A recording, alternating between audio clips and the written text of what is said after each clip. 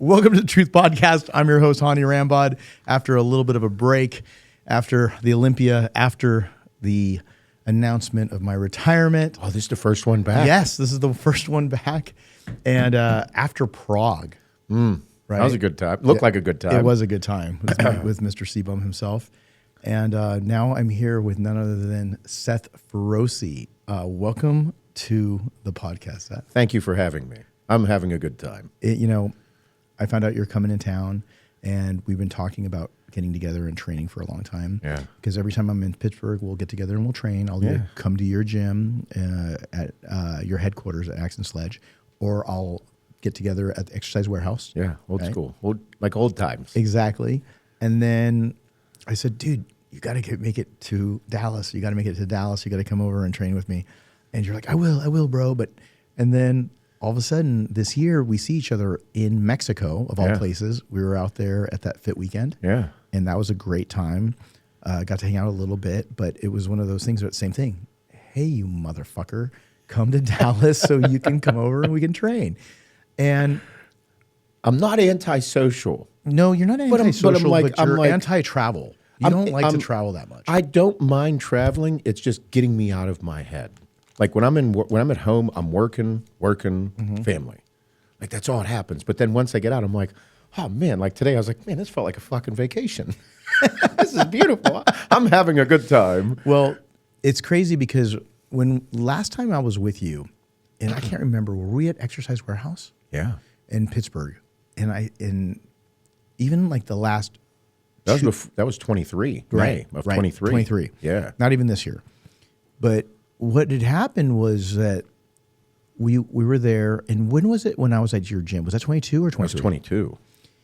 And when in 22, I was in Pittsburgh, and I think I was there for the Pittsburgh Pro. Yeah. And then I came out a little bit early. I traded your gym. And the crazy thing about it is that ever since then, the internet blew up. Yeah. And they're like, oh, look, there was a little bit of a spark there because I was kind of like, you were functional and fuckable and whatever you wanted to call it. Yeah, no, I was. Right. And then I said, dude, you need to eat. You're eating like a bird. Look at you. Well, again, because I know what your genetics are capable of. Yeah. Right. And when we looked at it from there, and you fast forward now 2 years later, things have changed. Yeah. You went from like, I'm not doing a bodybuilding show to I'm kind of you're looking more like a bodybuilder. Yeah, I'm training like one now too. Right. Tell me what you're doing different. Yeah. No, so I turned 40 this year. I just turned 40. 15 years ago, November 21st, 2009, I turned pro on my birthday with you. And you were 25. Yeah, I turned 25. And then now I was like, I was turning 40 and I've been super healthy, taking care of myself, making sure everything's under control for the past 5 years, since 2020. And I was like, man, it's like I'm getting a little older. Like the 40 thing got me. I was like, you're getting older. And I have so much like unfinished stuff on the stage, unfinished business. But it's not like I got to go do something so profound that it breaks everything. But it's like, where's my potential? Did I actually live it to my fullest abilities? Did I soak it in as much as I could? Was I as present as possible on stage at those wonderful moments I had? Turning pro at Nationals in one of the deepest bodybuilding lineups ever. Until that point, like my birthday, I remember glimpses. Winning my pro debut in Dallas in 2010. And it's like Here. Yeah. It was literally right up the road. And then just getting in my head. I got in my own head. I'm my own worst enemy, especially when I was young. Yeah. And then I'm like, man, I wonder if I still could, because I do miss it. And that's the one regret I have in life, is not fulfilling as much as I could with myself. And I missed it because of how much fun it is. So I was like, hey, I'm going to get my blood work done again, make sure everything looks good.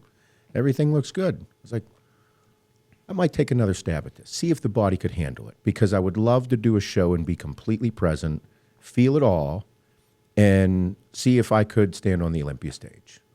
Just because I never did. Qualified for it, didn't do it. What kind of asshole qualifies and doesn't do it? The one sitting across from me. An asshole that thinks they're going to be back over and over and over because again. everyone tells you how fucking good you are. Yep. And it's one of those things that I tell a lot of young guys now. I'm like, run with the opportunities. Yeah. Don't Well, get inside your head. So now I'm like, okay, let's just take some steps, little by little. and you've been doing that. So is there one moment in the last 2 years that triggered that where you really just had a moment? I think it was recently. Yeah, it builds in my head. It built up before the Olympia this year. I was like, the 60th Olympia sounds really cool, Right. all that. And I was like, I never did it. I'm like, turning 40.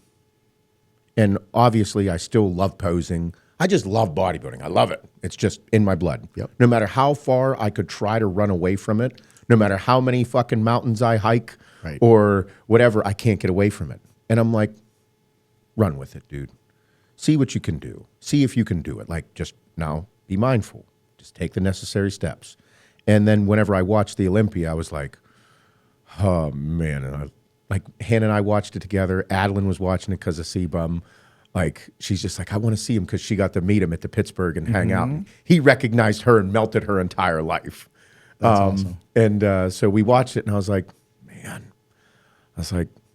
that's the shit. That's my shit. I love it. So, yeah, that was kind of just, it was a moment when I said, I'm turning 40. Am I going to do something extravagant or not? And I was like, I'm kind of a extravagant, exciting person, I guess you could say, going after something big. So I'm going to try it again and just take those steps. And you've been discussing that on social. You've been saying that you're taking the steps. For those that haven't seen all of the details, what you've been talking about is just breaking it down. Yeah, you got to go about it like in 2020, before, let's just say in 2018, 2016, whenever I came back onto social media after my hiatus from 2012, and I was like, Was that really 4 years later? Yeah. Wow.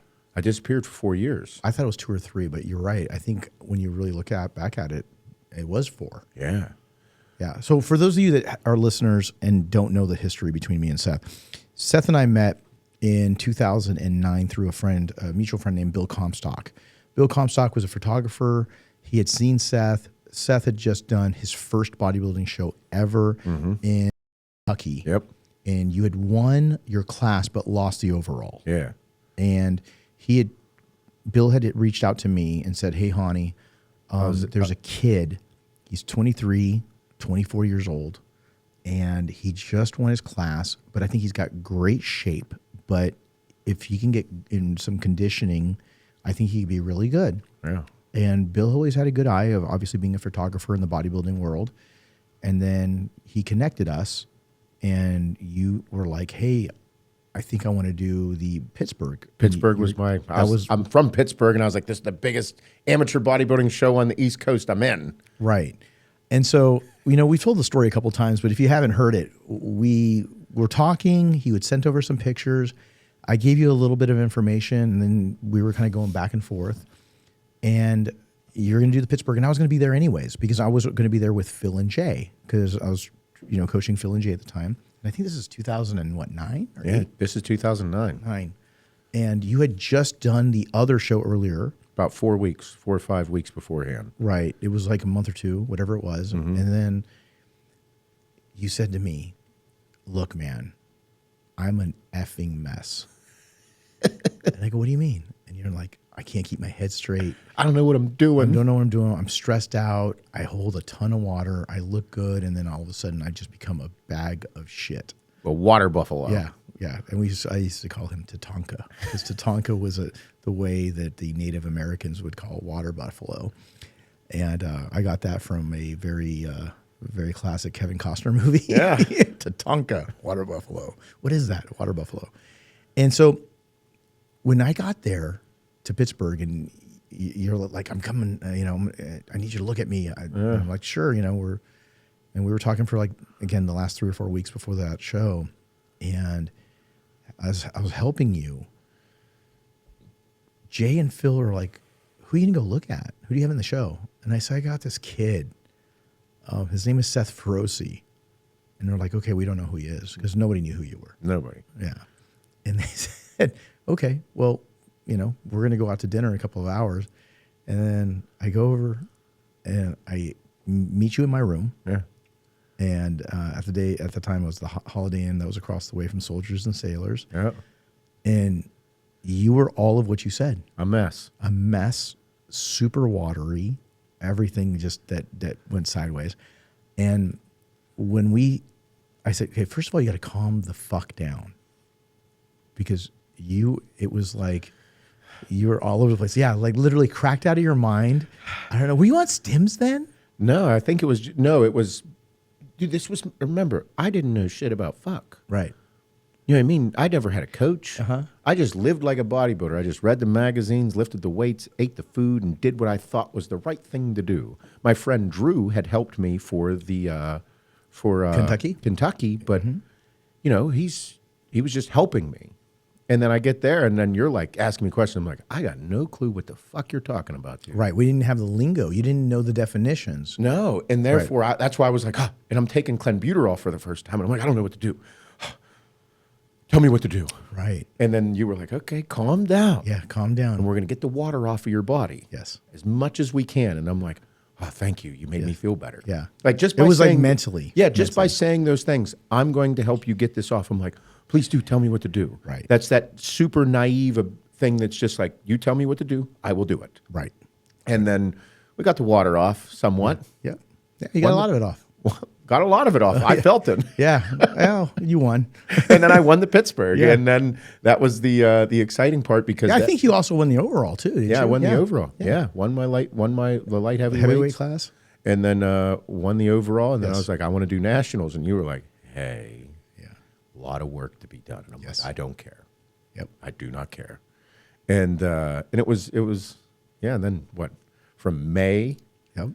there, because I was good. Right. But it wasn't like jaw dropping. You're going to go to nationals and take a top 5 place. Right. No. Right. You were like, and then as it crept forward, it was like, I'm from May to November. Yeah, and back then, guys, that's where I got the nickname the Pro Creator, because I had so many people that were turning pro.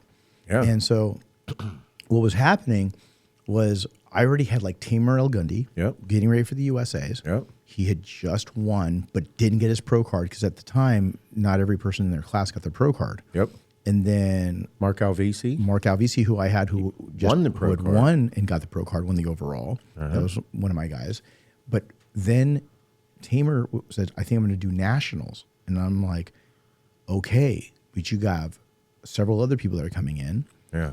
And it wasn't you as much I think he was worried about. He was more worried about Brandon Ray. For sure. And he said, Brandon's more 3D, but I come in better condition. But Brandon was rounder. Fuller, rounder. Just more bubbly. Structurally incredible. And again, this is for the light heavyweights for the USA. So a lot of people who didn't get the pro card of the USA would just go straight to nationals. Yeah. And you didn't do the USA because we were trying to get you all dialed in to peak at the nationals. And everybody was pissed that we didn't do junior USAs or junior nationals. And you're like, no way, dude. No. Got to shut it down and get ready. That's right. Yeah. And you're like, well, I think this is going to be good too because it's the weekend of my birthday. Yeah. And I'm going to turn 25 and I'm all excited. And I'm like, okay, well, I don't know. Okay, sounds fucking good, yeah, dude. It sounds like I don't care. This is great for a movie, all right? But at the end, it's just more about, are you going to be mentally and physically ready? Mm-hmm. So as we were getting ready, all of the pressure of you saying, hey, like you put on yourself and trying to learn the lingo, how to be able to train, be able to do all of those things, getting together, being able to get a workout in, putting in those workouts, trying to create structure on your structure was what was important. And then you fast forward to the show. I think it was in Miami that year, right? It was in Miami or Fort Lauderdale, yeah. And then I think it was you and who else did I have in that show? It was me, Tamer, Brandon. Right. I don't know who else you I had think that there. I have supers. I think was that Billy? Or did he? No, he already turned pro. He already turned pro. Yeah, Bill Wilmore already turned pro. Yeah. But I think you guys were the ones that were in the... Kukla was there. I don't know if you were working with No. Kukla at that time. No, Kuko came... The first time I worked with Kuklo was the USA's, and he won the super heavies and the overall. The first time I worked with him. It's probably 10 or 11 then. Yeah, that was 11, and that's when Tamer eventually got his pro card because it was Kuklo and him, and they both got their pro card. Okay. So I remember we did the photo shoot at the USA's. Yeah. And it was 2011. Okay. And that's when Kuklo got his pro card, and so did Tamer. Yeah. Eventually, because he won the USA twice, but the second time is when he got his pro card. Yeah. But it was a good class, and you ended up coming on stage, stupid shredded. And that was back when I was working with Fuad, Mr. Podcaster himself now. Yeah. Fuad Abiad, the famous podcasting member of the team. He is who coined Feroce shredded. He is. He is the guy who did it, which is funny. Just because even that show, I remember going in the Nationals, and like you're like, hey, like it's gonna get a little ugly here at the end, and I'm like, yeah, whatever. You know, I'm again naive and just whatever. And you're like, no, we have to get you to a point where your head does not affect your body. Yeah. And I'm like, well, that's going to take a lot. That's what I'm thinking. And this is funny because back then there was no cell phones weren't what they are now. Yep. There was no social media. It was forums. That's where you saw everything. Yep. Like you checked the MD it was Get forums. Big or Muscle Mayhem or MD. Yeah, that MD. was it. Yeah. So, but I remember you saying that, and that's whenever I was like, okay. And I'll never forget doing cardio, and I was posing. My dad was there, and he's like, hey, how do you feel? And I'm like, I feel good. He's like, do you? And I'm like, no, I feel like shit, dude, but I feel good about how I look. He's like, I look at the guys on those forums, and they don't look like you. And I'm like, well, thanks, but they're pretty fucking good, Dad. And he's like, I don't, because we were at this point like maybe 11 or 12 days out. And I was peeled. And you know, I've never done a real carb up. Yeah. I've never felt it. I didn't know anything about it. Yeah. So it was just a really cool process. And again, those are the things that I miss. Talking about these things and looking back at it. And it's because it's really, really hard. Yeah. This sport is mentally brutal. Yes. It's mentally difficult in off season. It's mentally difficult in a health phase. It's mentally difficult in a prep. It's like, what in the fuck is wrong with all of you guys loving this so much? And you're like, I don't know. That's why we all get along to some degree. That's why they're feelings that you cannot get anywhere else in life, because it has a lot to do with you as an individual person, but then also having a coach, having people along for the ride, build the memories and the feelings, and like your experience with me, my experience with you, my experience of myself, the people that were in the room, the just all of it. It's what I love. And hearing about other people's stories as well. Like whenever someone else is telling a story, I'm like, oh, yeah, that's just great. Like, because you're in the hotel room, like everybody has the lighting or where they were, the city, this or that, and it's leading up to it. And you're like, man, there is so much heart and passion and excitement coming out of you telling me this story that I just can't help but be like, love it. And I think that it goes along with other fans of sports and everything. But for us as bodybuilding fans and part of the sport, that's what's exciting. And that's really kind of why I'm kind addicted, of getting dragged back into it, because I think I'm like, man, I was like, it is cool, it is fun, and I love the fact of inspiring people to go after something that they've never done, because this is scary. You know what I mean? Going in to do a show, like you're like, I don't know what to expect. People are nervous about it. Yeah. People are like, what should I expect my first show to be like? Whenever they DM me or say on a live or anything, I'm like, go have fun. Just go have fun. Work your ass off to get to that point. Do everything you can, and then go have fun. Experience it all. Because you're going to meet so many cool people backstage that you're going to be like, I think I like this. It's hard to have fun when you're your personality, though. So yes, it is. It is. Well, especially because again, I didn't do a very good job of it back then. No, and I think that's why you going back is a tale of a different tale, right? Like you're telling a story that stopped abruptly. Yeah. You are Derek, but not nearly as successful. It reminded me a lot of Derek when that situation happened, the pressure of it, right? But you didn't end up winning the 212 or even competing, because back then it was the 202, or any of those things. But the anxiety of going through it was very difficult for you. And what I mean, the whole thing about the Derek thing is that he had such a, this crazy rise, and the pressure kept building from 212 champion to second in the Olympia to winning the Olympia to now having to go back and try to defend again. I mean, there's just crazy amounts of pressure. And then you have social media now, and you have sponsors, and you have all these things you're trying to make happy and Chalk them up. exactly. And I just remember with you, it was kind of like, okay, we win the Pittsburgh. And then everyone was like, whoa, this guy's really good.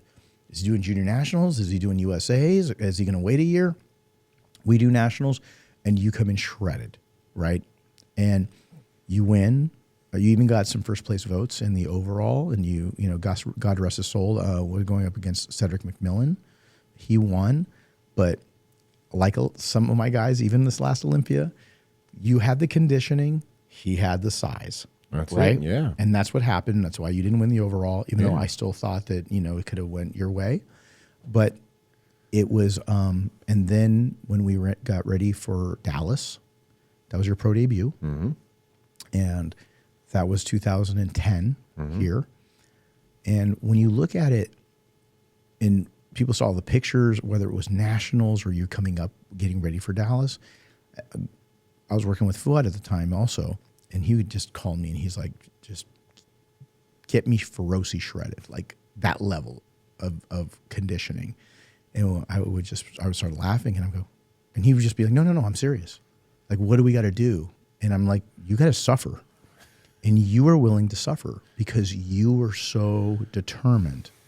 But even though you were determined, and again, you're only 25 and you'd only competed in 3 shows. Yeah. You won your class in Kentucky. You win the overall in Pittsburgh a month or two later.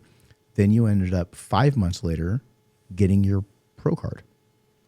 Now we're going for your pro debut. Mm-hmm. You win the Dallas Pro, the 202. And again, this is before 212, when the weight class limit was 202. And at that point, everybody was coming at you saying, you're the next Dorian Yates. Everybody was like... I was the next great white hype. Yep. I never heard the Dorian Yates thing until you brought it up to me. Yeah. That's what people would tell me. They're like, dude, he's like the Dexter because he's grainy, he's this, he's that. That's like that.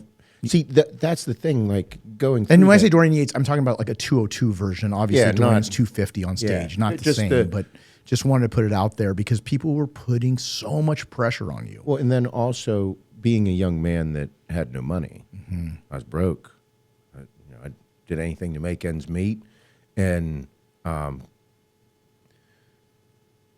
I got, whenever it was to win whenever I was going to Dallas, it was, if you win your pro debut, all of your contracts double. Mm-hmm. We'll pay you twice as much and give you a bonus. That's right. So I'm like, yes. Right. I do not care what it takes. So that was the more added pressure in there that nobody saw at the time. We could talk about now, but it was a lot. It was constant. So, and then from there, after that, I qualified for the Olympia. Yes. Win the 202, and then I'm like, no, I that's not my goal. I want to take a year off and put on size, and I want to go to the Open. And meanwhile, looking back, I'm like, you dumb son of a bitch, overzealous. But that's what success can do to a person. Yes. It can start to go to your head. Yes. It can start to get to you, and you think that like you're better or more special than you are. And it happens. I don't care who you are. If it's the first time you're tasting it, you're going to have it a little bit. You might have it a lot of bit. You might have it whatever. And I was still, grounded in my morals, but in my head of being like, I am fucking good. Right. I'm going to get better. Look at me. I'm achieving these goals. Yep. I'm going to go more. But then there's so many other aspects of life, your home life, your support system, all those things play a role. And in my head, I'm like, okay, here it goes. I got paid. I was able to make some real money. I'm 25 years old. I was making over $100,000 a year of mailbox money. There was no posting on the internet. No. It was just train and do shows, and you will get a check in the mail. And you're on the cover of magazines. Holy fuck, are you serious? Yeah. Yeah, it was a way different world, you know what I mean? There was no codes to be used. The only places you could buy supplements were certain online vendors and stores. Right. Direct to consumer wasn't even like a massive thing. No. So it was mailbox money, and I just was like, all right, I made it to a certain degree, and I think that's really what bit me in the ass. It made it hard for me because trying to always balance out not being the thief of joy, Sure. like I can be. I'm sure every person I've ever worked with will tell you that, because I'm always trying to keep being people humble but still hungry. Yes. And it's weird because if you're not able to recognize that, you can build up resentment towards you. Yeah, You begin to hate a motherfucker because of it. exactly. But you got to be open to it. You got to understand what that actually is. I'm not here to Well, that's tell what you- happened with me and Dallas McCarver. It happens with a lot of people. Yeah, it happened with me and Dallas because I wouldn't give him the runway that he wanted to go as big as he wanted and as fast as he wanted. And it became almost to the resentment portion of it where he's like, you're going to hold me back. And then he died 2 years later. And that's a whole different, And podcast. But it was very similar actually, because you just reminded me of that, because I have the ability to make people very, very anxious when I say you need to slow down or you need to take a little more time. You're not looking to tell people good job. No. You don't do a good job of that. No, I don't. You look at people and say, "This is how you need to do this." I'm always trying Meanwhile, to find that's a something better. compliment. Yeah. Like your compliments sometimes feel like derogatory statements to people because you're like, "You need to work on this." Oh, so that sucks? No. Yeah. It's not what it could be. You're working hard, but you don't say those things. But it's like if you aren't able to soak those things in whenever you're telling me, "Hey, dude, you got to work on this." Like, look at you. You're not doing this. And I'm not saying you suck, but you're better with this. Right. You need to work on this. If you don't work on this, you're not going to be better than you are right now. Right. And if you can't take that constructive criticism and you need your ego and you need somebody to blow you literally, like to say how amazing you are, you could look at me as saying, hey, he's the outlier. I don't want to hear what he has to say because everybody else is telling me how great I am. And I'm sitting here and saying how you can be better, because I'm here to find your flaws and make them no longer your flaws and how to build your strengths. It's hard. It is hard. It's difficult, and that's why whenever people talk about coaches and bringing someone onto their team and their support system, and what it is, it's like that's what makes it difficult, because sometimes a coaching philosophy doesn't work for some people. Like, Yeah. They're not coachable. They're just not coachable. They're not coachable, or that it's not a conducive environment because they cannot understand the way of coaching or the way to do things. Right. And it's something that even being a parent, being a parent, like I'm not looking to be my child's best friend. I'm not here to be your best friend. I'm here to be your dad. Well, same thing as being a boss. Yes. I'm here. What you do and the decisions you make as a leader for a company, okay? You have your company, I have mine. You have to make hard decisions, and it doesn't mean you're trying to be the best friend of an employee. You're trying to do what's best for everyone to make the right decisions for the company. And it's not going to be conducive of just making sure that everyone is super happy. Don't feel good every day either. Yeah. You're like, man, this is what I got to do today? Yeah. This sucks. Right. But at that same time, if your heart is in the right space of this is who I am, my goal is to make things, get people better, challenge people. Because I think that challenging someone is like one of the coolest things in the world, to get someone to be better than they were yesterday or better than they thought they could be. Because you did that to me. Mm-hmm. My dad did that to me. I didn't understand what was occurring at the time. And now looking back at it, I'm like, it was right in front of my face. It was happening the whole time. I was just kind of bucking the system because of my own personality at that time, that I couldn't absorb all the information that was going on. And then that's how you can fall into a rut, fail or lose, and then think the world's ending like I did. Whenever it's like, no, you learn so much when you mess up. Yeah. You learn so much when you don't win. Yeah. And just because you lost today does not mean you lose forever. And just because everyone sees this win or sees this loss doesn't mean it's like the extreme of each side. Like there's always tomorrow. Just because you win today, I tell this to my kids all the time. Just because you win today does not mean you stop working tomorrow. Just because you lost today does not mean you can't win in the future. It's such a simple concept, but I didn't have it in my head. That's why I'm so confident in saying it. What's up, guys? I'm here with Hany Rambod, 2022 Mr. Olympia, 2024 Arnold Classic champion, and I'm here to tell you that we are having an amazing FST7 leg day, and if you want to see any of my workouts, including a leg day just like this, check it out at the FST7 app. Go ahead and use code FINISHSTRONG for your first month for only $1. Check it out. Like Emmy is my 10-year-old daughter, phenomenal gymnast. Yeah. This kid has won states every single year she's competed in states. 4 straight years now, 4 or 5. She wins states every year. Every year. All around at states. Like, that's unbelievable. And it's like, I'm like, okay, I just have to continue to let her know. Win or lose, you keep working. Your goal is not just to win states here at level 7. Right. Your goal is to continue to get better and push yourself to get to the next. Even if you take 3rd place, it's not the end of the world. But somehow she's able to just compete at this high level and blank her mind out and perform under pressure and all these things. And I'm like, man, you're 10 years old. I couldn't even do that when I was 25. Motherfucker. But it's cool. It's just as I've gotten older, the old and wise thing is real. It is. It's a thing. And it is. And I don't know. It's exciting. It's fun. Which is kind of continuing to push me in endeavors in life. You feel like you're getting old? You're 40. That's not old. I'm about to turn 50 in a couple of weeks. Yeah, you look really good for 50, though. I don't know, man. You look really good for 50. I feel like it could look better once I get my stress down even further. You know? Have you felt personally like this, the come down from announcing a retirement? You know, I felt a lot of things.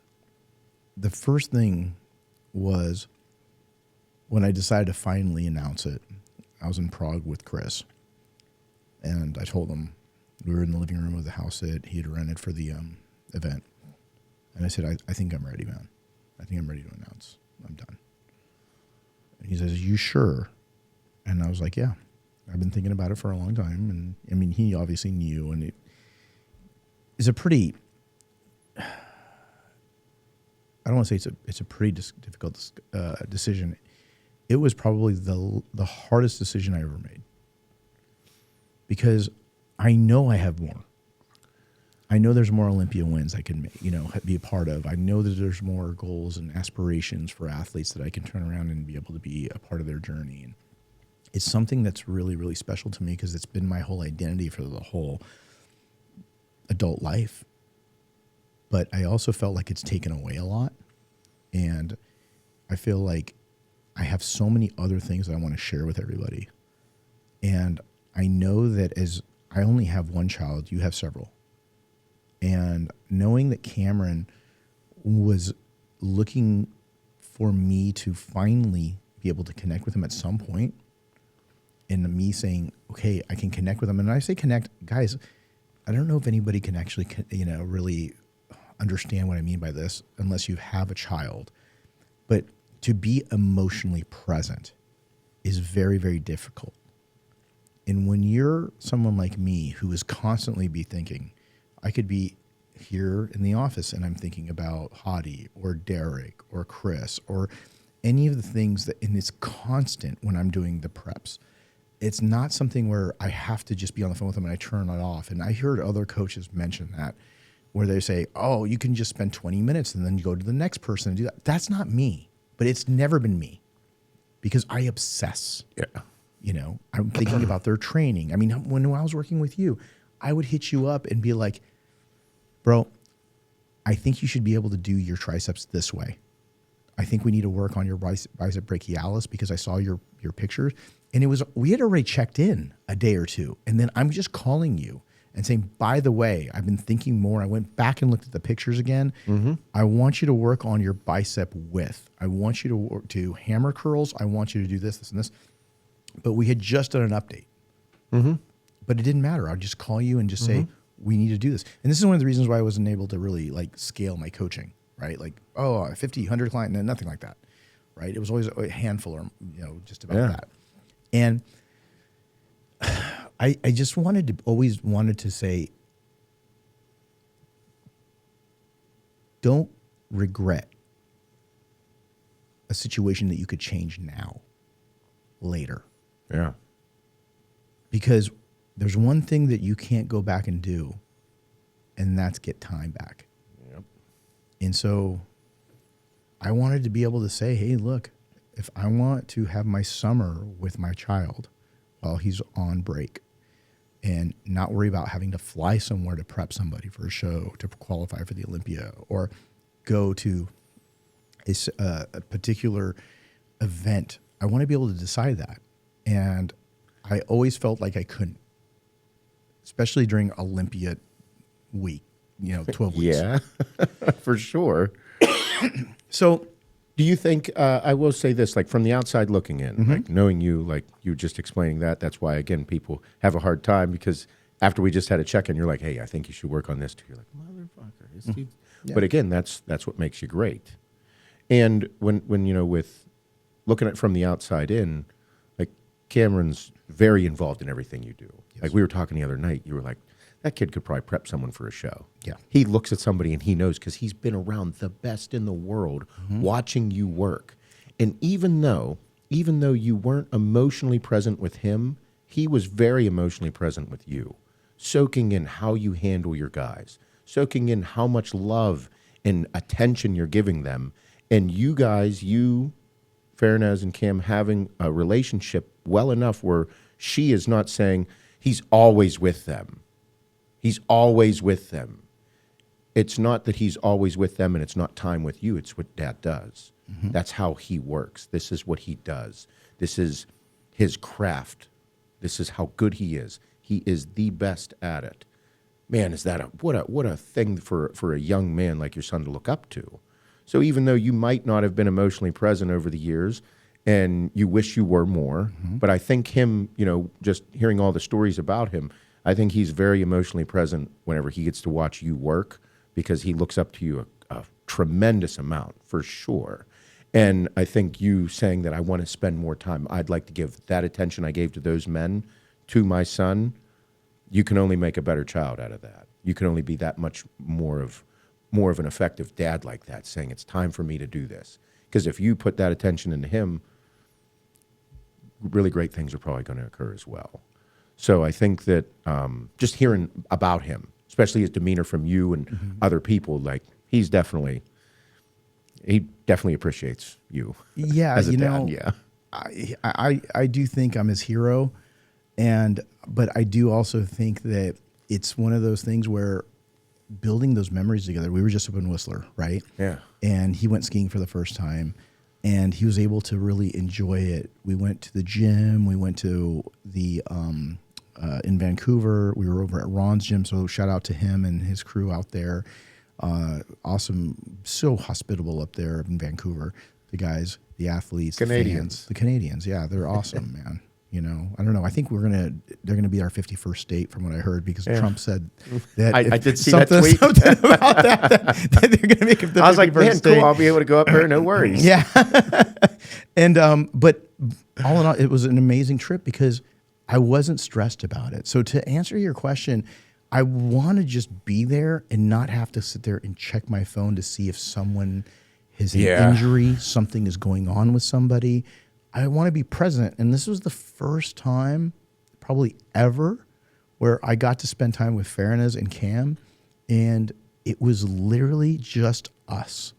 And there was no meltdowns going on. There was no, hey, what should we do? What's going on? Was it a wild feeling? It is. Yeah. It is. It's a new feeling. It's a very new feeling because you have to reprogram. Yeah. You have to reprogram, right? And the first time you're probably like, this was different. I Right. like this, but do I? Exactly. Like I used to, joke about it with C-Bum and be like, well, you don't even seem stressed out. And he would be like, well, I don't need to be stressed out. You stress out for me. Just like, it's very true, right?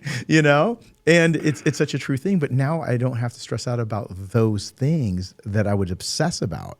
Yeah. And that's where you don't realize the toll. And like I said, me getting ready to turn 50 and me being able to now sit down and say, let me take a deep breath and enjoy all of these things. And like it was really hard, dude. Yeah. Yeah. I mean, That's what I mean. It's the first time you're just, oh, I'm not going to check my phone. It's what a great idea. What a great concept. But whenever it's been your life for not like a year or 2 or 5, but decades. Yeah. Decades. my whole adult life.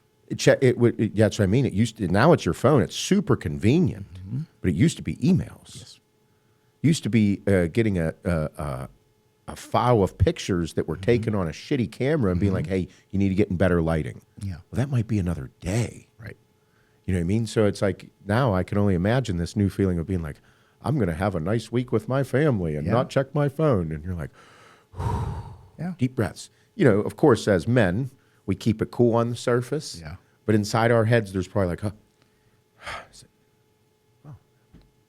okay, I'm done. Yeah. It's got to be new, cool, exciting, but difficult at that same time. Like the reprogramming is going to take time, I'd imagine. A lot of time, I think. Yeah. It's going to be very different. I mean, think about it. Even when you stopped, right? And you stopped, it went haywire for a couple of shows, you know, after you and I stopped working together, and it kind of like, all that shit happened. Yeah. And then it's like you trying to figure out your next move, right? What are my next 3 moves? And you're, and at that point, you're going through it. There's different levels to this. And the level for me was the fact that I know there's so much left in the tank, but I also know, is the juice worth the squeeze? And I'm sitting there going, no, not for me anymore. And at least not right now while my son needs me to be there. Could things change down the road? Absolutely. You never know, especially as a coach. It's not like I have to worry about like my knees and my lower back and this and that, you know? Yeah. It's not that.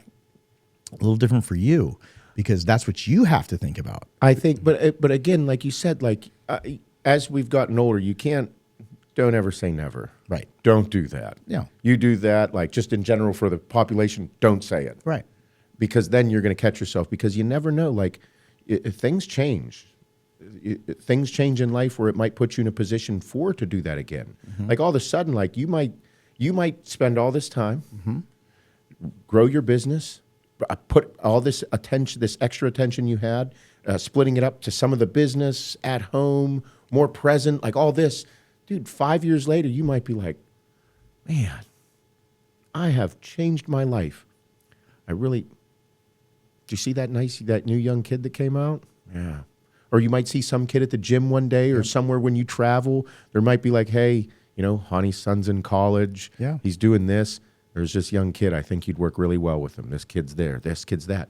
It might occur. Yeah. So that's why like never saying never, but it'd be at a time whenever you're like, bring it on. Yeah. Might feel good. It might just be a thing with, you know, one guy. It might be a couple. And I don't know. I think that a lot of the internet today, like everybody assumes things are always black and white. Absolutely. Everybody wants absolutes. Right. And it's like, no. Pump the brakes. And like with me, like people are like, oh, when you coming back? I'm like, guys, Right. I had a 5-year hiatus of bodybuilding training. Right. I'm just testing the waters again. I'm having fun. I'm doing this because I want to, because I want to see if I still got it, because I'd love to do it. And if it all pans out, you're going to see me go. But if something happens, like I use the analogy in case you didn't watch a YouTube video. Whenever you and I were talking, you're like, hey, Seth, you're like an old muscle car. I'm like, oh, man, I like old muscle cars. You're like, you're not a young sports car. You're not. You're not a brand new one that just came off the line. You are not. You're an old muscle car. And that old muscle car can still rip. It can still rip. But every couple laps, got to check the dipstick. Every couple laps, you got to go check and make sure everything's good on it. You got to do it a once over. You might have to do a thorough check. But along the way, something might blow, dude. Everything might be going perfect, and something might happen. Yep. An injury can occur. Something in life can fuck it all up. All these different things can happen. I'm like, man, what a great analogy, because that's how in my head I've been like step by step. Yeah. Let's see if the super supplements can do what they still do. Does my body still respond? Is it still there? Okay, let's make sure they get set in, and then next let's start pushing some food. Let's start pushing some weight. Let's start seeing how my body adjusts to what we were discussing in the gym. Seth, you're doing great with training. but you're not putting a serious load on your muscles. Yep. You gotta thicken up. Yep. Got to work on the density. It's like, okay, that's the next step. So people that are getting excited, like, when's the show? And I'm like, guys, Yep. first step. Next would be to make sure everything after this, get the blood work done, take a look, shut it down, check it, do it once over the car, Yep. and then do an off season. Really work on the density, really work on the thickness, really work on everything. And again, just keep taking laps, keep checking the oil, keep checking everything, and then go from there. And but it's, the absolutes of it are people are like, you should do this show. And I'm like, guys, we're not there yet. We're not there yet. I want to make sure that it responds the way I want to, and what I want to achieve is the fun. I want to make sure that I live every step, present every step as I go through it, and make sure that the fans and everybody on YouTube watches something evolve, the good, the bad, the potential really ugly. Right. But you have to put yourself out there for it, and you have to be mindful and aware that something might go wrong, something might go really great. If it goes really great, who's not going to be fucking pumped? Right. But if something goes wrong, you just have to be like, yep, that's just how it goes. Yep. But today, like, everybody only likes to look at the positives or the full severe negatives. Yeah. The ride. Enjoy the ride, the journey, the excitement, the fun. And that's where, that's my, positive outlook on so many things, and why I love watching other people's YouTube videos. Or I love watching something or seeing someone's journey or paying attention to their stories and being like, oh man, he's in the shit. Like leading into the Olympia. Yeah. You're seeing it occur with people. Yeah. You're like, yeah, this is awesome. And that's the exciting part from a fan standpoint, I think wanna that's the see- biggest thing is you're still a fan. You've always been a very big fan, and you're still a fan. And I think that's what makes you really want to continue the ride. And I think just to sum up kind of what you were saying, so many people look at absolutes of winning and losing. They don't understand the lesson in between. Yeah. The lesson in between made you a millionaire. Yeah. Right? It did. And it was not fucking easy. No. It was scary. Right. It's really hard. It's still scary to this Right. day. Right. I still find myself doing stupid, crazy, fucked up shit like this. Right. Still going after trying to do something bigger with a company, bring this on, do that. Yeah, you went and started the clothing line, and then you expanded on it with subs. But the reason why I want to bring this up is that people don't understand, because when you speak in absolutes, it's very black and white when it comes to certain things. That's why I call it the Truth Podcast, right? It's always people want to just say, this is the pure yes or no nature of life. And they don't understand that you have to pull out those aspects of the journey that are going to be learning lessons to help you grow and become a better human being, to become a better father, to become a better leader, to become an entrepreneur, a businessman, any of those things. And I don't feel people really understand how powerful that is, because as you told me the other night when we were talking, the amount of things that you learned from the process of us working together is what helps you be able to go to the next level with being able to win off the stage. Yeah. So it was like a blessing and a curse. And I feel that's one of the reasons why you kind of want to come back, because now that you've won at life, you got a great family, you have a great business, and then you go, well, you know what? I have some unfinished business on stage that now I don't have to think about whether or not I'm going to have food on my table, Yeah. whether I win or lose if I decide to do a show, Hany. Yeah. Right? Mm-hmm. And that's something that's super powerful, because most people that are 25 years old have to worry about that. Yeah. Because they don't have their shit together. No. And it's Especially ones that want to become a professional bodybuilder and have a contract with a supplement company, a clothing company, or anything else. But right now, the last time I checked, the guy that runs your company isn't going to cut you if you don't win the show. No, and it's the truth. It's there's like you said, I have I've said it multiple times, but I have every single thing a grown man could ever ask for. You know what I mean? Yeah. Like what more could you ask for out of life? This is pretty significant. Yeah. And awesome. Isn't that cool? It is. It's also incredibly difficult. If I would have gave you a book, a folder, blank sheets, and a pen, and said, I want you to write a screenplay of your own life, do you think you would have been anywhere close to where you're at now? No. If you gave it to me when I was 18, 19, 20 years old, I'd have been single, maybe had a girlfriend, no kids, pro bodybuilder, traveling the world, just competing, soaking it up. I don't know. That's how I viewed myself. That was just it. And then, I got my ex-wife. I got my girlfriend at the time, ex-wife now, pregnant when I was 22 years old in college. Yep. That changed everything. You know what I mean? It just I made as many mistakes a grown man could make. I made them. So it's like I have, all this really nice, like I said, I got everything a grown man could ever ask for. However, my personality is wild, crazy, kind of fucked up. And I will do off-the-wall shit just to see how it feels, just to see what it does. And in 22, when I was 22 years old, I got my girlfriend pregnant. That's where Adeline, my 17-year-old, comes from. I'm 40, she's 17. Right. I was 22, I turned 23, a few weeks after she was born, and it's like, man.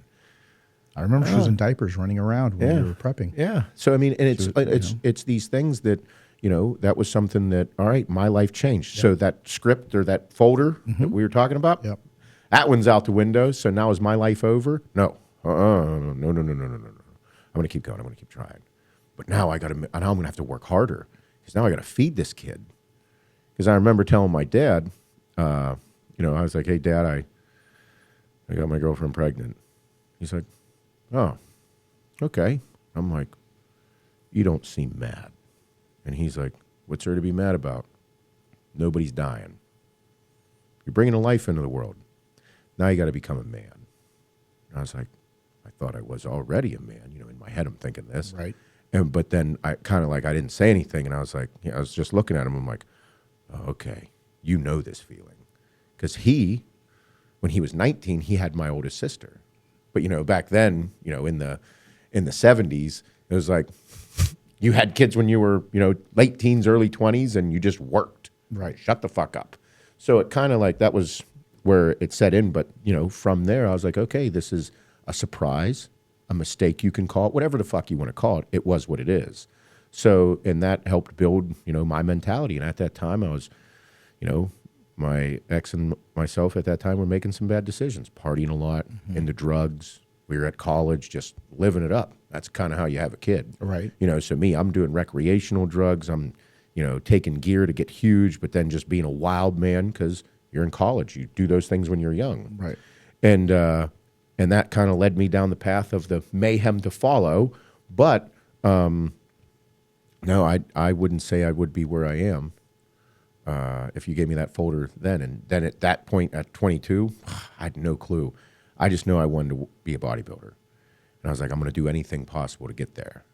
So, yeah. Do you feel that when you guys were partying, and just let me know if you don't want to talk about this, but this is something that obviously comes to mind. When I was coming into the room and you guys were still together, your ex looked very sickly. Yeah. Right? She was like 85, 90 pounds or something like that. Yeah, it never stopped for her. Is that what happened? That was the hard part. The hard part is the life aspect of it all. I made those videos, Steroids, Drugs, and Life. Right.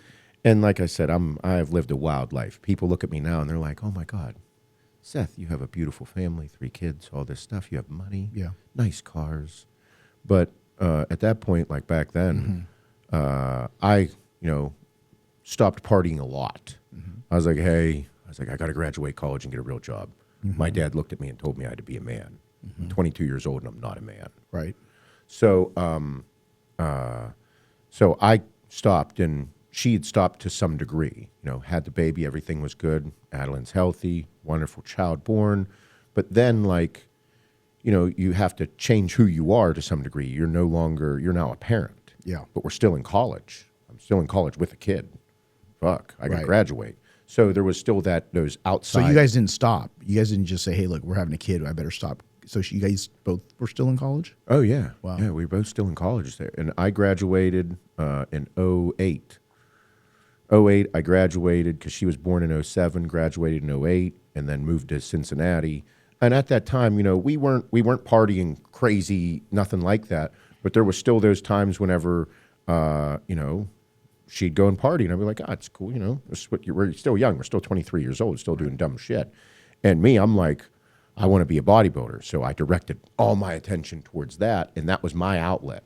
Because I tell people still to this day, like, lifting weights keeps me out of trouble. Right. Like, if I don't lift weights and do something physical, I will find trouble. Yeah, you told me that too when I met you.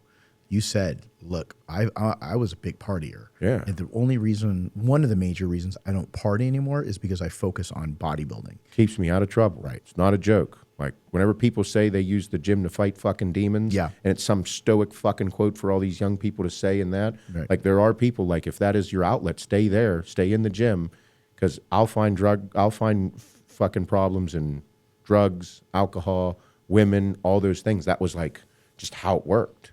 Mm-hmm. And that's, I think, common for a lot of bodybuilders, because recreational drugs fall right in hand with it, but they will fuck your life up. And they did to me. And whenever we got out of college, and it was here and there, but then the intensity of life, kids, money, life in general, got the best of her. Mm-hmm. And she knew that I wasn't into it anymore. And then it turned in from, like, I did a bunch of cocaine in college. Like, that was my drug of choice. Mm-hmm. Superman drugs. Anything that made me feel like I was invincible, Yeah. I was into. Yeah. And now I was you're like, the opposite. We went and trained 2 hours ago, and you're like, "Dude, give me your non-stim. Give me 3D, because I do not want any like- caffeine at all." I go, not even like a scoop and a scoop and mix it No. together. And you're like, no, zero. Give me no caffeine. I have 1 cup of 'cause it coffee in the morning. Yeah, yeah. And that's it. That's what you said. You said, "I have 1 cup of coffee in the morning, and that's it." And when But it's, so going through it, and then, like, those times, you know, it's tough. And she hid it from me. And then there were times whenever I was like, like, I know what's going on. And I'm like, fuck, I'm wrapped up in bodybuilding. I was like, but it's okay. It's okay. It's not that bad. It's not that bad. It's not that bad. It's not that bad. I just kept saying it's not that bad because I didn't want to deal with the problem, because it was affecting my life. And my life was, I need to win this fucking show to make money. I remember. And then in 2012, before Toronto was a shit prep. My head wasn't in it, and I was a mess. Didn't know what I was doing, because home life was also a problem. Yeah. So I'm in my own head, and then everything going on. And before we left for Toronto, probably about 2 to 3 weeks out, I found a bag of Percocet 30s. They're little blue pills. I found a bag of them. And I was like, oh no. This is a way bigger problem than I thought it was. It completely floored me, and I'm like, fuck me, dude. This is where all the money's going. This is a big problem. That's a lot. Like, it's not a few. It's a fucking bag. And then that's why after Toronto, me taking 6th place, falling apart, Yes. everything, being a mess, and seeing what you saw and being like, man, you even said to me there, you're like, hey, is everything okay? And I'm like, yeah, I don't know. Like, I just blew it off. You did. I mean, Because who wants to admit there's something wrong that you can't control? right. And I think that the pressure between dealing with your home life, but also dealing the pressure of saying, I'm going to skip out on the Olympia that I qualified for in the 202, and then I'm going to go do open because I want to go and I need to be able to take on even more pressure and more, because I am going to lift this weight on my shoulders. And I had you and Bill Wilmore on the show. Yep. And I remember, I'm like, wow, just not getting as shredded as you normally do. Yeah. And I was like, what's going on? And you're like, no, dude, I'm doing everything we need to do and everything else. but it wasn't working. And it turned out, obviously, and I'll let you kind of talk about it, but I was Mike Eli that called me. Yeah. Your old workout partner. Yeah. You know? And he said, look, man, congratulations to you, Hany. Bill, my other client that you did the show with you, won, and then you placed sixth. Yeah. And everybody's very disappointed because they're like, wow, what happened? Why wasn't his conditioning right? What was going on? And I'm like, I don't know. I don't know what went wrong. I couldn't, figure it out. And he's like, I just want to let you know, he was eating after the workouts, peanut butter and jelly sandwiches. Rice cakes. Rice cakes, is that what it was? Yeah. And he said you're drinking a bunch of glyco. Yeah. Too much. Too much glyco. Right. And obviously we would use glycoject all the time. We would only use it at times. Yep. But you were afraid of being small. I was afraid of being small. Right. And I think the pressure of it all, right? That pressure, it was one of those things where you're just like, do you feel like you almost self-sabotaged at that point? Yeah. In regards to? Yeah, because I was pressure? compensating. Got you. You're compensating for it. And that's something that people don't, they think they like to understand about addiction and things like that when it's in your life, whenever you have someone in your life like that, especially, your wife at the time. Yeah. The person you're sleeping next to. And you're like, you start to compensate for anything you can do in life to make you feel better. And that's how relationships get worse, because you start looking for other avenues to make you personally happy.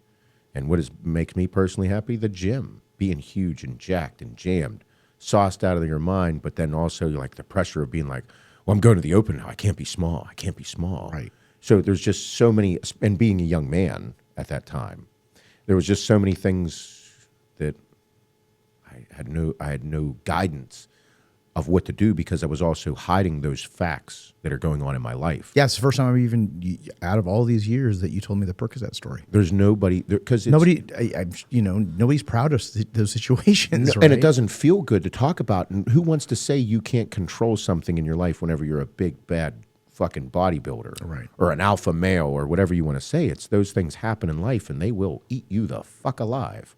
So whenever, like with it, like you said, self-sabotage, you'll find things that will just, you'll do anything to compensate for this hard part of life. Right. So after Toronto, that's whenever it was just a fucking complete mess. And that's how you and I fell apart. Our relationship ended because you were like, hey, I don't think everything's cool with you. Yeah. And that's whenever I was like, fuck you. Yeah. I was like, this is bullshit, because I wasn't willing to step up and admit that there was more shit than I could handle going on in my life. Right. So I was like, I just looked to point the finger at anybody but myself. Whenever it was like I will do anything to point at the finger at someone. It's you, it's this, it wasn't this, because I'm trying to protect my home and not say that my wife at the time has a severe problem that I can't control and I should be taking the time to fix it. And then it was the demise of 2012. And then just fell apart completely at the Sarasota show. My body failed because I was taking as many drugs as possible to compensate for it. Dropped back down to the 212. Bleckman was like, if you don't win this, you're fired. I lost. He fired me, lost a $54,000 contract overnight. And I'm like, oh my God, it's all happening. It's happening. I'm losing everything. Mm-hmm. I was king of the world 6 months ago. Now it's all gone. And not only was it all gone, I couldn't even control my home life. It was a nightmare. It was terrifying. And there was nobody there to, and I didn't talk to anybody about it, because who's going to say, hey, I got this going on in life. What should I do? And they're not going to have any experience. They're just going to then criticize you and talk shit on the public and tell everybody, oh, Seth's wife does this, Seth's this, Seth's this. And I'm like, holy crap. You don't know what to do. And it's terrifying. And at that point, that's whenever I was like, fuck it, I'm out. I'm checking out, dude. This is not for me. I need to fix what I have going on at home, and I need to get out. So I think it was like a month later, I called Muscle Tech. Mm-hmm. I called Andrew Garvin from Muscle Tech, and I was like, I'm done. He's like, what do you mean? I was like, I'm out. I'm out. I'm not bodybuilding anymore. He's like, let's take a step back here. Mm-hmm. No, yeah. We're not, we love you. I was like, but I'm done. And he's like, Seth, he's like, I think you're acting irrationally. I was like, I don't want to take your money anymore. And they're like, you're going to keep taking our money because we're going to have another conversation in a couple months, okay? And I'm like, I don't want it. And he's like, you're going to keep getting a check. And I was like, okay, but I'm not doing anything. And then 2 months later, he called me. And I was like, I still don't want to do anything. He's like, let's give it till the beginning of the year. I'm like, dude, it's October. I'm not doing anything next year. Nope. 2 months, 3 months, January, he called me and he's like, how do you feel? And I was like, I'm not competing. I'm not doing this. And I was like, stop taking your money. He's like, okay. He's like, I'm good with that, but we'd love to keep you. I was just mesmerized at that point that as many shit stories as there is about Muscle Tech, they were like behind me the whole time. And whenever in Toronto, whenever that did happen, even though I was super pissed off, Dexter Jackson, Kai Green, they were there, and they had a lot of really nice things to say to calm me down. Right. It was the one time I had a real conversation with Kai, which was pretty wild because that's something that I never thought would happen. But it was like, man, cool. But after that, like that's whenever I was like in 2012, I was like, I'm out. I disappeared. Yep. People thought I fucking died. Yep. People thought they didn't know what happened to They thought I killed you. Yeah, they thought you killed me. Yeah. And that was something that we talked about in 2015. I'm like, hey, how you doing? You're like, you're alive. Yeah. What are you doing? They're like, yeah, the stories on the internet were like, yeah, he's got permanent organ damage. That's why he can't compete. He has this, he has that. Hany gave him a messed up protocol or whatever it was. And it was just crazy because I knew you were going through shit because I was hearing it through Mike and through some people that were close to you. Yeah. And they were like, dude, he's going through a lot of shit, but he's just got to get through the other side. Yeah. And from that, and then, whenever I stopped, so 2013, I went and got a real job. I did anything I could to find a job. I had a safety degree. I started a landscape company because I couldn't find a job in safety because I had no experience. I had a degree, but I had bodybuilding experience. So I got a degree, no job. What have you been doing the past few years? Bodybuilding. Why the fuck should I hire you? right. So I started a landscape company and just started doing manual labor. I was cutting grass, building Versalock walls. You name it, I was doing it. Just hardworking motherfucker. And I just turned everything out. And in that time, I was at home trying to fix anything. I was just putting my life back together, spending more time with my ex at the time to help her. But what's crazy about addiction is you can't help somebody who don't want their own help. Mm-hmm. Don't want their own help, you can't help them. And then, I did the other dumb fucking thing, have another kid to try and fix your problems. Wow. Did that. And that was, Emmy was born in 2014. Mm. So again, what the fuck are you doing? You think having a kid's going to fix your problems? It's going to cause more. No, but as a young man, just compensating. Yes. You'll do anything. And this is something that's very common in today that's why people will buy a dog whenever they just break up. Yeah. I had a kid, you dickhead. And along that, there was some problems that happened along in that route that's pretty touchy. But it sucked. That it wasn't good. It was ugly and not fun. So it never stopped. I thought it did. She got better at hiding it. And then in so Emmy was born in 2014. I got a job as a safety consultant. So I got a job making really good money. Started out at 55 and then went to 75 and then went to 95. I was jumping. I was just hustling as a consultant. I traveled all over and I was just meeting all kind of awesome people in the industry of construction, oil and gas, manufacturing, production, my kind of people, like Western PA, ignorant, hardworking motherfuckers. And I loved it. But at that same time, I started realizing that I can't fix what's going on at home. And I really miss being me. I miss the love of bodybuilding. And I was like, I'm going to start lifting weights again. I need to start taking care of myself.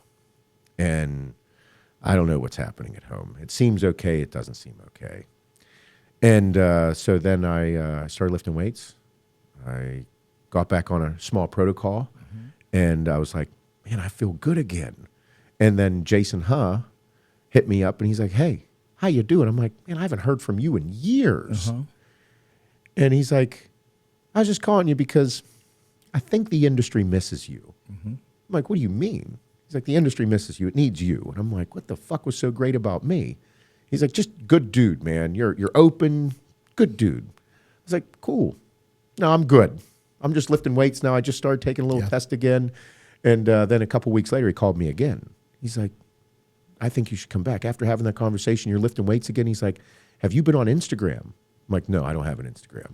He's like, dude, you got to check it out. It's awesome. I was like, I don't know what that is. I don't know if it's a good idea.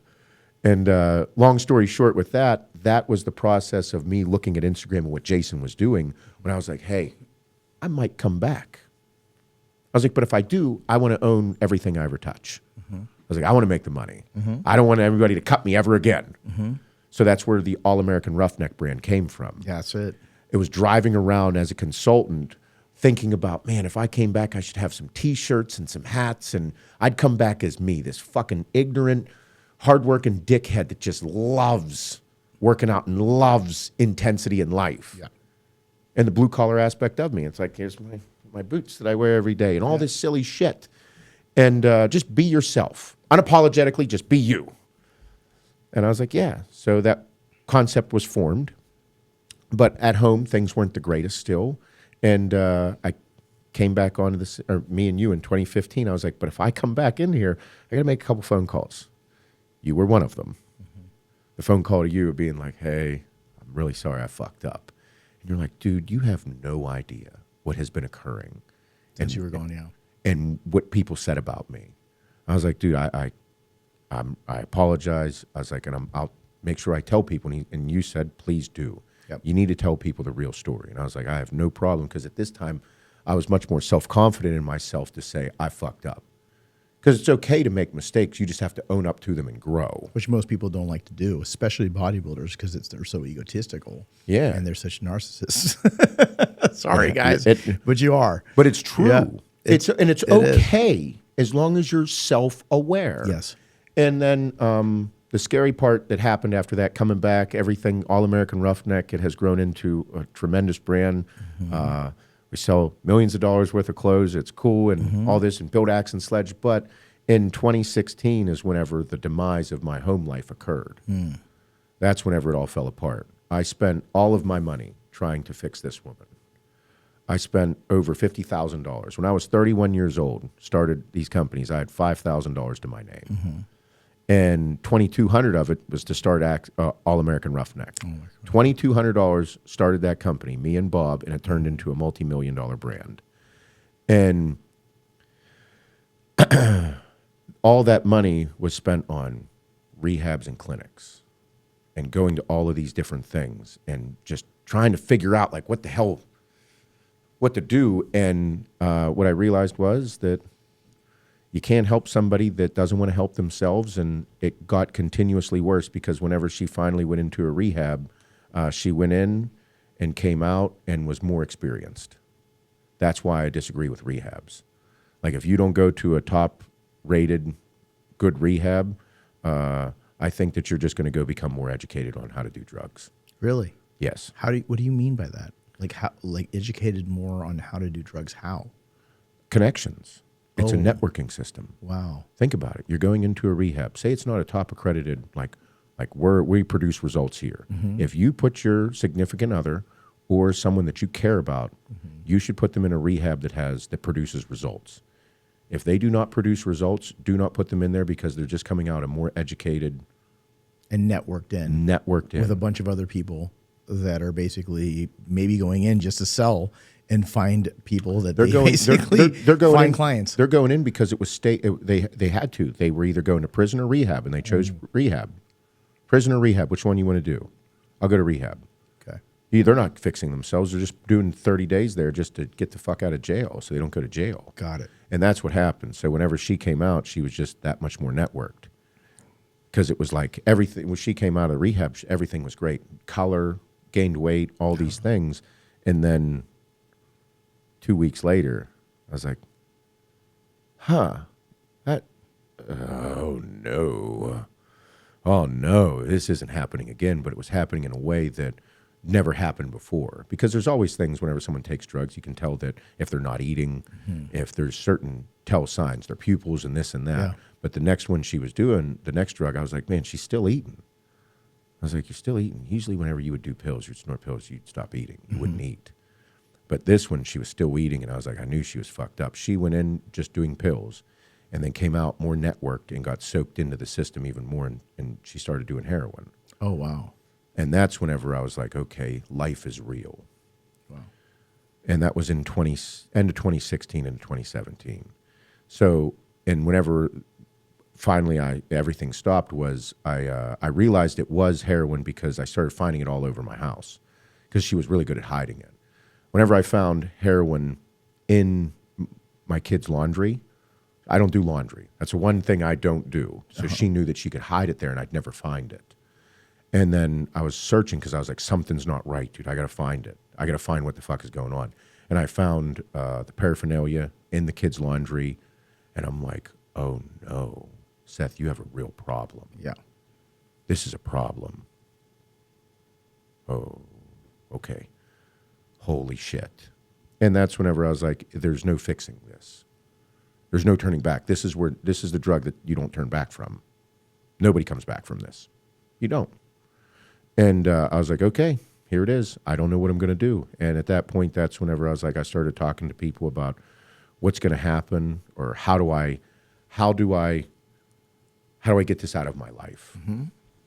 And then she ended up getting caught with a bunch. Wow. And then arrested. And that's whenever I was like, I'm done. It's all over. It's over.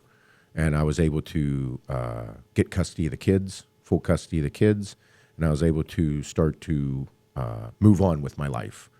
It took a lot, but I was like, it was just, whenever those things happen, you just don't know what to do. And the days are wild, and there's so many fucked up, horrible stories in between. But my whole slogan in life, the hardworking motherfucker, and I don't have problems, just more work to do. Mm-hmm. That's whenever I learned what a problem was. Like my dad, whenever I got her pregnant, my dad was like, nobody's dying, dude. Right. Just become a man. And whenever that occurred, I was like, I realized I had a problem because it had the potential of harming my children. Mm-hmm. And I'm like, oh my God. That's a real problem. That's a fucking problem. Yeah. And that's whenever I was like, I have to take the necessary steps to make sure nothing bad happens. And it's because at that point, when you have a problem in your life, you don't care if it's Monday. You don't care if it's Sunday and the Sunday scaries. Mm-hmm. You don't care if you're like, oh my God, I gotta go to work today for 12 hours. Bitch, give me a 12-hour workday. Please brutalize me for 12 hours. I would love that, to not have this feeling I have right now. And I gained a lot of perspective later on going through that, because now whenever I see someone going through something that I've never gone through, I have empathy, because I'm like, you wish you had a 12-hour workday. Right. And I think that those things of experiencing those things in life have put me in the position I am today, because that's why I'm not really afraid of too many things. Mm-hmm. I'm like, man, I don't have problems. It's just work. So I got to go to work today. Is it going to suck? Sure, it's going to suck. But whenever you have something like that in your life go on, you're like, I don't know what to do. I have no clue what to do. And it's why now I have, like, not a lot of people know those stories about myself, because Hannah and I have been together for 7 years. Mm-hmm. We have a son together. Mm-hmm. The girls, they're wonderful. They're great in every way, shape, and form. They're healthy. They're beautiful. They're smart. They're intelligent. They're crazy good at gymnastics and all these wonderful things. So a lot of outsiders that see us for the first time are like, look at this beautiful American family. Right. He owns a company and he has all this. And I'm like, hey, 8 years ago, not eight years ago, I didn't have this. Yeah. 8 years ago, I didn't have any of this. I was in a completely different spot. And it was gut-wrenching. It's horrible. And I think that those adverse things literally build me into who I am today, because, and why I'm very positive, and why I don't like talking a lot of shit about people. Yeah. Because whenever you see somebody that's in a bad spot or going through something, you're like, I don't know what you're going through. Yeah. If you want to talk, dude, just give me a call. Sure. I'll sit up all night, because there were a few people that during that time, Dave Murray is one of them. Anytime I saw that guy, he's from my gym. Mm-hmm. He'd pull me in, make sure I was good, just shoot the shit with me. And I'm like, man, like there's certain people that aren't even in your circle every day that can help you through things. But yeah, the adversity in life, I think, is something that losing, being at rock bottom, isn't necessarily like a bad thing. I don't think it's necessary, but I think that it's useful because when you go through it, like we talked about earlier, what happens is it's a learning lesson. And I feel like that's what you got to be able to turn it into instead of being a victim, because now in this world, we have a problem with the victim mentality, and it's still going on and it's strong as ever. And people want to become winners, but only at a very little price, at the cheapest price. And they don't understand it's the most expensive thing, and the most expensive lesson you'll ever learn on how to be a winner is how to make your adversity into an accomplishment and how to be able to level that up. And those people don't understand that. No, and like you said, you can't blame them for wanting to get it as cheap as possible, but that's the learning process. It is. You know what I mean? And whenever you see somebody that has everything you have here, like rather than be envious of it, it's like, hey, man, good job. This is fucking sick. How'd you get it all? How can I learn from you? What can I soak in from you? Right. What we're in asking questions, that's like the old guy on the rocking chair. You know what I mean? Whenever you see the old guy on the rocking chair, you're like, I might want to go talk to that guy. I'm the old guy in the rocking chair, everybody. That's what Seth is giving me. 10 years older than you, and now I'm the old guy in the I'm rocking just saying. But that's it. But it's because when people see things that they, Yes. you know. Yeah, I think it is. I think you used a really strong word. It's called envy. And it's crazy how I've seen that in people that I've known. Yeah. And how many people have known you, and they come around, and there's some people who are honestly wanting to be like, wow, man, I'm so proud of you for being amazing. And other people, Seth, that know you and say, look what you've done, but they're envious to a point where they can't stand you, bro. Yeah. Yeah. It's a fucked up thing. It's very real. Yes. Because it's also like you don't know how to handle it, because you're like, why am I, like if you're self-aware, why am I having this feeling? Right. Because I think a lot of stuff online, like we mentioned it, like comparison is the thief of joy. Yes. Like you can't always compare yourself to someone, because then you're never going to like live in the moment of what you've done. Right. And how incredible it is. Correct. And that's what I think like podcasting has been a great part of a lot, because you're able to learn a lot about people, and then you're able to be like, what's my greatness? You know, I hear these guys talking about it, and you're like, man, that's great. But and hear a story like my story, some people are like, I don't want to deal with that shit. Right. But then there's other people that have more than me that have never dealt with any of the things that I have. Right. This is my story. What's yours? Where are you going? How are you going to achieve what you want to do in life? And it's hard to not compare yourself to people. Yes. It's very difficult to do so.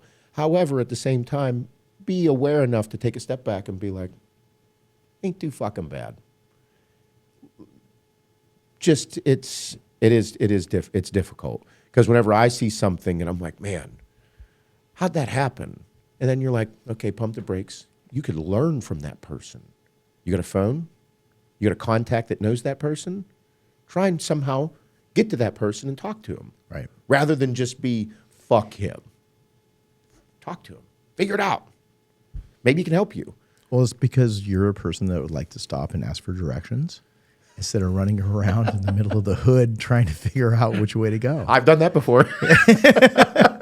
But it's very similar, right? Yeah. It is because of ego.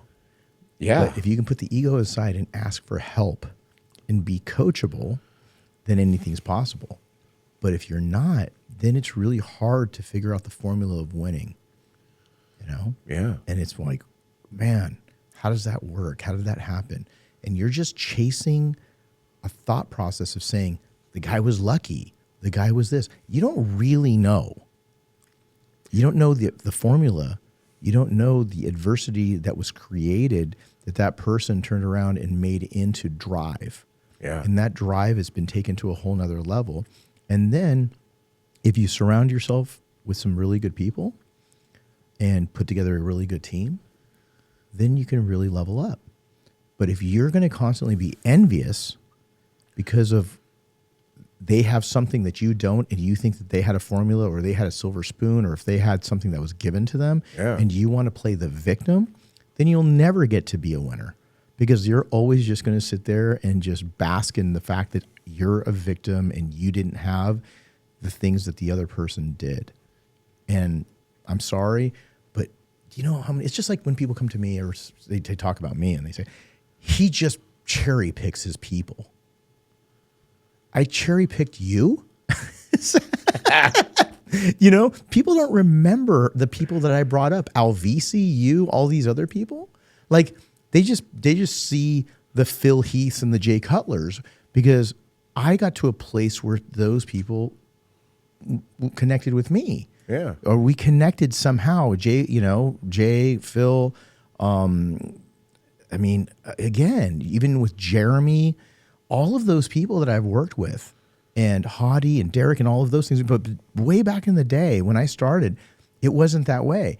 I just was able to pick and choose later because I wanted to be able to really focus my time and attention to just a couple of people every year while I was still trying to grow this business. Which is crazy for people to blame you for doing so. Well, and they blame me, and then they say, well, he's not that skilled. He just has these people that are really good, you know? And it's like, well, those really good people, I have to get them to trust in my decision-making ability. That's number one, because you got to build trust. Sure. And the reason why they were able to trust me is because they all came to me to some degree. They put their faith into me. I didn't talk them into, hey, work with me because I'm going to make you a champion. Yeah. So I didn't do that. And to some degree, it was bad for them because they couldn't handle it. And it didn't work out. And that's okay. But it was one of those things that I wasn't willing to do because it wasn't part of my formula. But I'm not going to sit down and sit there and say, yeah, you know, I got to cherry pick. Of course, you're seeing the highlight reel. You didn't see all of the others that just came from nothing to maybe the midpoint or a really good national competitor, but maybe they didn't turn pro, but they improved tremendously. But you're not going to make chicken salad out of chicken shit. It doesn't matter how good of a coach you are, but you can go from good to great, but you have to be good to great. And then if you're really great, then you become legendary if you have the work ethic. And it's also like people don't see all the losses or the hard times. They just see the results. They're like, the results are just because of this. Right. It's crazy how it's assumptions or those things happen that it's like, no, you don't see all the losses and the hardships. How many ups and downs there were. Because it's like, if that was so, then other coaches that have other genetically gifted, beautiful bodybuilders would be winning more so. That's not the case. Because it's also, like you said, you have to build the trust within athletes. And that's probably something really hard right now for your athletes to accept, that you're no longer there. You know, but that's the reality of the situation. It's like, yeah, this is something this is what makes a difference. And it doesn't mean that you're not ever going to do well. It just means that you're going to have to adapt in life. Yeah. You're a grown man. This is the next steps of life. Here we go. It sucks, but this is it. And this is an adverse point in their life that they can take one of two ways. Right. And it's not going to be easy, but it's just where we are. Yeah. And my role's just evolving, right? I mean, when I work with my athletes, Hady, Derek, they're part of Evogen. So I'm always going to be there as a sponsor. I'm always going to be there, especially with the gym. I always said the gym is open, just like I trained you today. Yeah. Right? Learned and you a said, lot. well, I don't want to. And I said, look, man, just because I'm quote unquote retired doesn't mean we can't train. We can't shoot the shit. Let's go in the posing room. Yeah. I'm going to give you my feedback. Yeah. Right now, I'm just not trying to go out there and get back on this. Yeah. Right? This is my addiction that I need to be able to put away. Right? And this phone, and being able to make sure that if I want to be present, I can't be glued to this and checking on this every 3 minutes. Yeah. And that was the problem, is that what's going on? Who's texting? What's going on? What's their problem? Let me fix it, because I am the fixer of things. And that's what I got the title of. And I was pretty good at it. I was going to say, you're pretty good at it. And whenever a guy is good at something, man, do we gravitate towards it. Right. And that's what you lean into. But I think that what it's really about is understanding how to create a formula that's winning. And winning now isn't about how much money, as much as cliche as it sounds, it's not about money. Money will create happiness through choices. But eventually, what you're going to need to fill the bucket is going to be a complete life. And that is trying to be able to have really good people around you that you can love and appreciate the times with. I mean, when we're in the gym together, we're talking about like Tamer and Phil and Jay and talking about all of these cool moments. Yeah. Right? And those are things that I absolutely adore and love. And I'll never forget those moments. And those are moments that I'm actually able to relive now more than ever, because I would never allow myself to really just concede in the fact that, hey, look, if I focus too much on those accomplishments, I'm not going to focus on being able to replicate those accomplishments. And that's why I never enjoyed them. Yeah. So now it's time to enjoy it. For sure. Time to post up some pictures, look at some memories, talk about the stories, and do some of those things. And like you said, you're not completely away. No, I'm just evolving. Yeah, that's all. And it's just the evolution. still, because your eye, your attention to detail with training and ideas, like training is really what I love the most about bodybuilding, is because just the fact of building something, and that's where like you're good at everything you do, but like the training aspect, even just together, you're like this is what you should be looking at over the next few weeks here. Pay attention to this. Look for this feeling here. Whenever you're doing this, you're not ready for this, but you need to start here and work into this. And it's like, man, it's just fucking firing away. And you're like, man, that's like, how cool is that? And that's what's fun. And that's why like I love training with all different people, because like whenever you go train with someone, you might learn something new that you're like, man, absolutely. so you do that, just that little tweak, man, that's fun. Yeah. And I think that's what, doing YouTube videos and collaborations with other athletes and talking through it, and the public being able to see like you two train a little bit differently, but you got together and we learned something from it. Yeah. So that way, like the fan can actually get into it and say, I'm going to go in the gym and try these 2 ways because these guys did it. Yeah. Like that's this weekend with all the guys coming in, just seeing him, and even going to see Derek. I'm like, I'm excited to see him. I haven't seen him since Mexico. Right. So I don't know. It's exciting. It's fun. It's what I love about bodybuilding. Well, I'm just glad that you're going in a direction of possibly getting back on stage, because I think you have some unfulfilled buckets that need to get reassigned in a way where you can add a weight to those. You don't need to go out there and do everything in regards to like, hey, look, you don't need to go jump into shows and try to do this and that. And I guess what I'm saying is that you can just go through the journey and be present, enjoy it with less pressure, and just be able to watch yourself evolve physically. People, I like the buckets thing, by the way. Yeah. I love how you've been using that analogy, because it is true. And if you try to fill your happiness bucket with bullshit, it ain't going to work. No. You're never going to be happy, which is a really difficult one to fill because it's hard to figure it out. But people online, like with me doing this, I'm doing it for the experience. I'm just like, yeah, man, like I love this. Let's have fun. Yeah. And there's people like, oh man, the 212, here you come. And I'm like, guys, if there was ever a time for someone to not come back, it's now. Right. One of the most structurally beautiful physiques of all time is in the 212, Keon. Yep. And it's like, yeah, look at him. But the whole thing is let's have fun. Right. This is what bodybuilding is. I want to go see what I'm capable of doing personally. Like, it would have been a better idea to come back 3-4 years ago. Yeah, I know. I think we talked in 2018.